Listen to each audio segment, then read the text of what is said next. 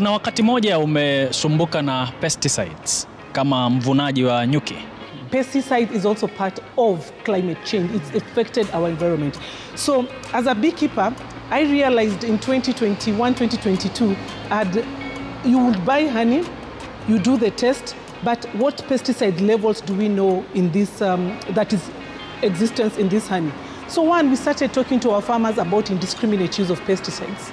And also we encourage our farmers to try as much as possible to use organic or natural fertilizers and pesticides in their farms. Because if they use any banned or harsh pesticides, then that means it will affect our bees.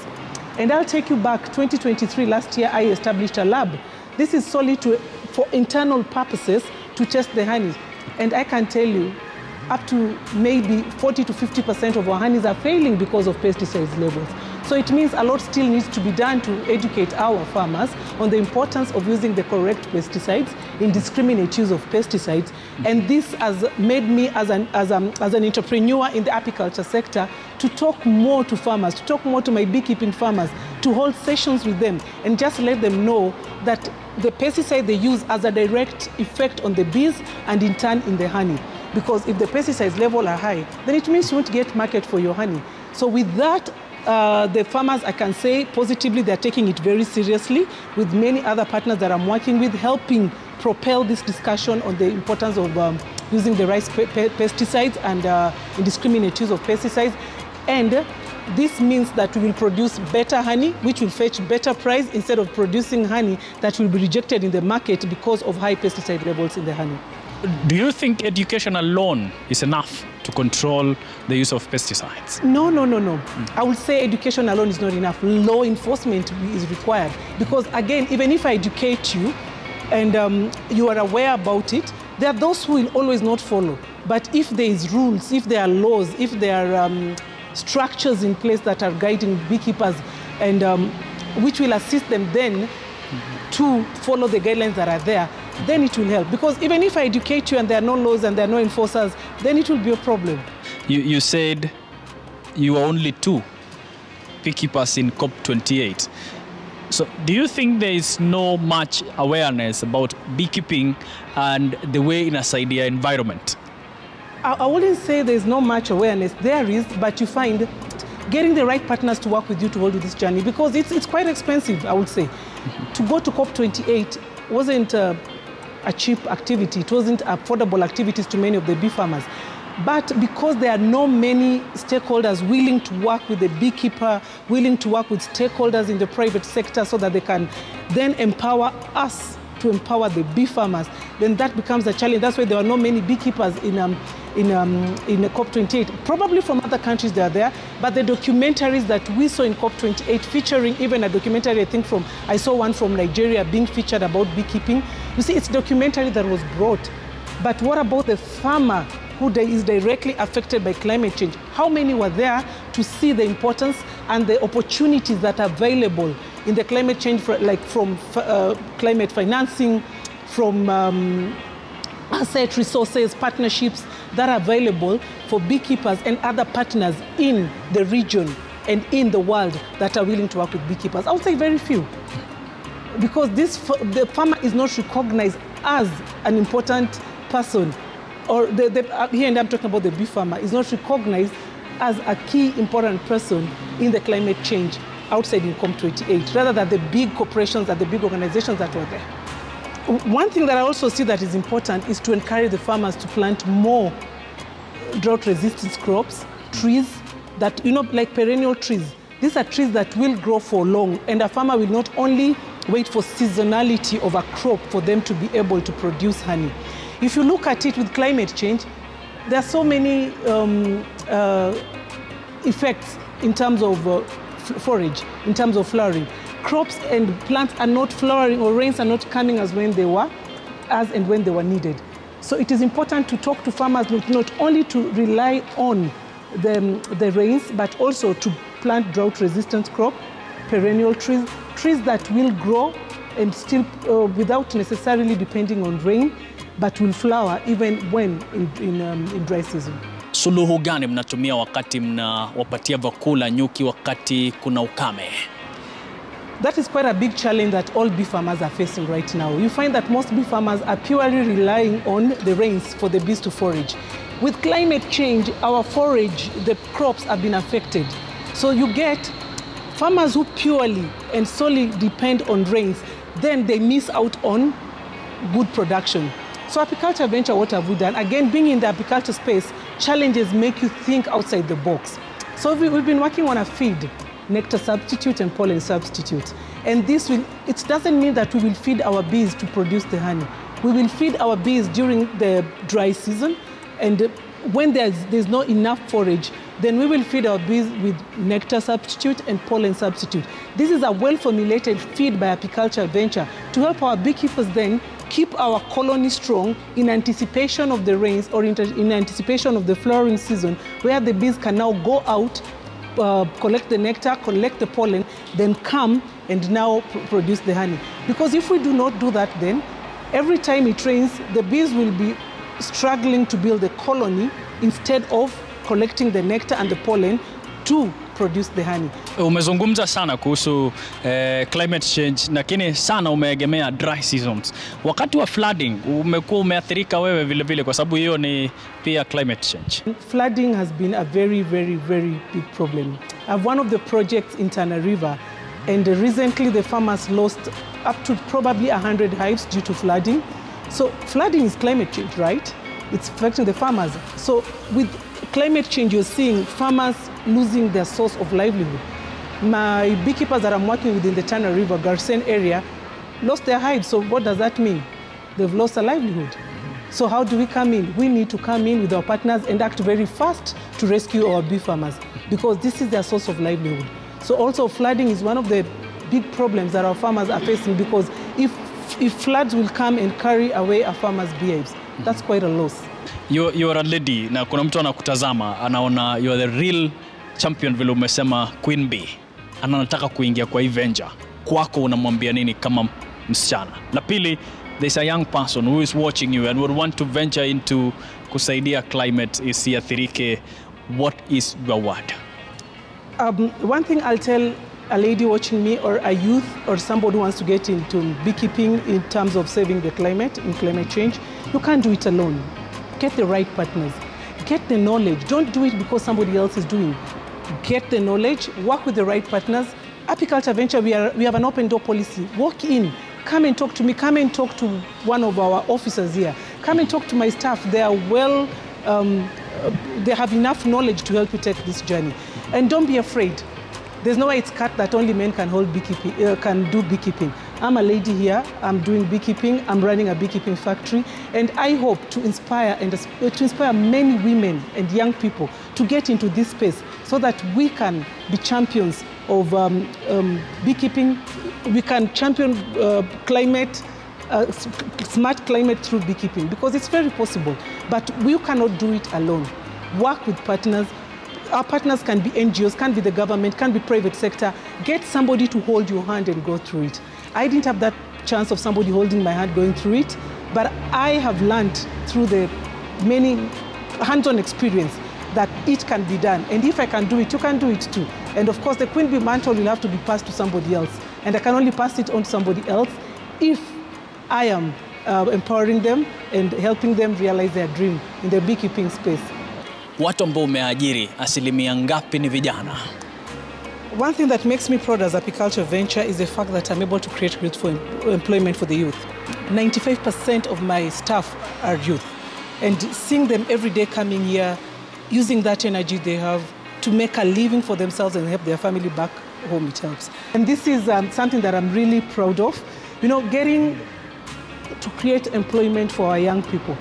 Energetic people with the energy to be able to work, and seeing them work and feeding their families, helping back at home their parents. It's something that really makes me happy as an entrepreneur in the apiculture space. So having to create employment for the youth, for the women especially, makes me a happy apiculture entrepreneur. Kipindi chetu tunakiita Kenya's Gold. Kwa masuala ya nyuki, kuna dhahabu. Is there gold? There's gold. Honey is gold. Honey is liquid gold. Apiculture Venture, we're looking at sustainability. So we are a sustainable company. So sustainability means there's money to help us run this company every day. There's money to help us pay rents. There's money to help us process the honey. There's money to help us pay salaries. So sustainability in beekeeping is there. So I'll say yes, there's sustainability. You're able to get money through not only honey, but there are very, very many other products. We have the propolis, we have the beeswax, we have the bee venom, which is very pricey. We have the pollen. We have honey, which is known by so many people as the major product from the hive. Where do you get the best honey? Today I want you to look at it totally different, where I say which is the best honey. Best honey to me is defined by, one, after I've tested the honey that is gone through the lab, what is the moisture content of this honey? What is the sucrose and the fructose level of this honey, the reducing sugars that is? What is the acidity level of this honey? What is the HMF of this honey? And pesticides level of this honey? Then I will answer you which is the best honey. Even if you have best honey from Kitui and all these parameters have failed, I'm not going to call it best, because best honey is what gives you the right or the most nutritional, beneficial nutrients to your body. So all honeys are good, but to me, best honey will be determined by the percentage of the things that I've mentioned in that honey. The lower, the better. Mtu apate asali tamu sana, inachangiwa na aina ya mimea ama miti? Different plants, different crops give us different types of honey in terms of, all of it will be honey, yes, it will be sweet. But in terms of the parameters that I've mentioned, they will not be the same. Like I'll take, for example, acacia. If you check, research says that acacia honey is one of the best honeys. So I'm not going to go by region, but I'll go by plant, because I'll talk of acacia honey. Acacia honey is said to be good. One, it aids in wound healing if you apply direct. So different flowers will give you different honeys with different properties, different colors, different viscosity of the honey, and even different taste and aroma. So different, if you have hives in different regions, then you don't expect to get the same type of honey. You will get, honey will be determined by the nectar source and the pollen source in which bees forage from. Kwa kazi zote unazozifanya hapa, unatafuta asali pekee? Kuna bidhaa nyingi zaidi.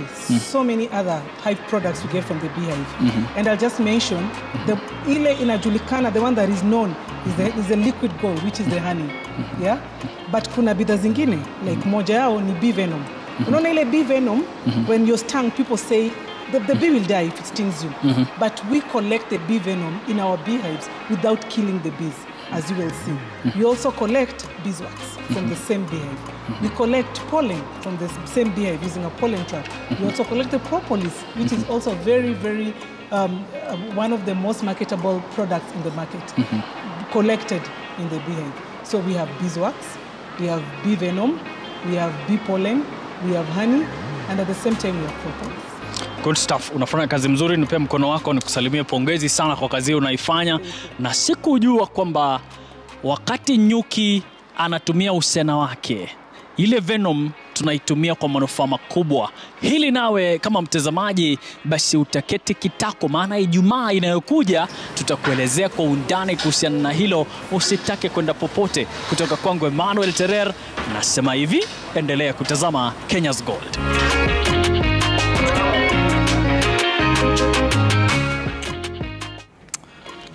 Kilicho nifurahisha mno wakati nazungumza na Pauline wakati ule ni kwamba yeye anafahamu sana, ijapokuwa yeye ni jinsia ya kike, amezama pakubwa sana kuhakikisha kwamba tunapata asali. Lakini alidokeza kwamba si asali pekee, kuna ile sumu tunatokana na usena, ama unaita nini kwa Kiingereza? Venom. Lakini kuna hiyo kudungwa. Unaita nini kwa sting? The sting. Sasa hiyo kudungwa kule kwa usena huenda kwa kuadhiri wewe, lakini ukichukua ile sumu kuna manufaa yake. Na alipodokeza sana akasema kwamba bei yake ni ghali mno kulinganishwa na asali. Basi itakuwa ni radhi unapojitosa katika ulingo wa kutunza na kuzalisha asali basi ama nyuki, usiegemee upande wa kutafuta nyuki asali pekee, bali rina vile today tunaita Venom kwa sababu ndo muhimu zaidi, na ni masuala mazuri, ni aula kweli kweli kwa wale ambao wangependa sana kuingia katika masuala ya nyuki. Angalia, alisema kitu kimoja, una kodi nyuki. Wewe kama una nyuki, enda kwa mkulima mwingine kodi, chukua wakusaidie kwa kile tunaita uchavushaji au pollination.